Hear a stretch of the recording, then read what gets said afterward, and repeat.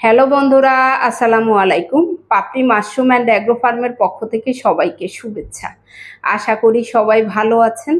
একজন শ্রদ্ধেয় উদ্যোক্তা জানতে চেয়েছেন পারিবারিক পুষ্টির চাহিদা মেটানোর জন্য ঘরে মাশরুম চাষ করছেন, কিন্তু এখন ঈদের সময় বাড়ি যাবেন 4-5 দিন, মাশরুমে পানি স্প্রে করা গ্যাপ পড়বে, এক্ষেত্রে কোনো ক্ষতি হবে কিনা।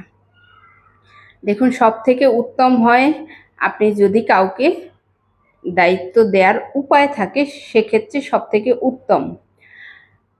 এছাড়া আপনি চেষ্টা করবেন যেগুলো পিন অলরেডি বের হয়েছে সেগুলো তো আপনি নিজে বুঝতে পারবেন, যেগুলো পিন বড় হবে সেটা পানি স্প্রে না করার কারণে হয়তো সেটা মরে যাবে।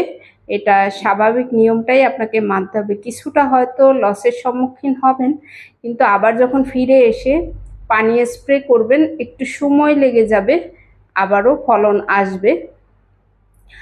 তবে আপনারা যারা ঘরে মাশরুম চাষ করার জন্য নেন, আপনারা চেষ্টা করবেন যখন স্পুন বসানো, যাতে ঈদ অথবা কোরবানি অথবা যখন বড় একটা গ্যাপের সৃষ্টি হয়, যাতে আপনার উৎপাদনের মেয়াদ প্রায় শেষের দিকে হয়, এরকম অবস্থাতেই আপনাদের স্পুন বসানো উচিত।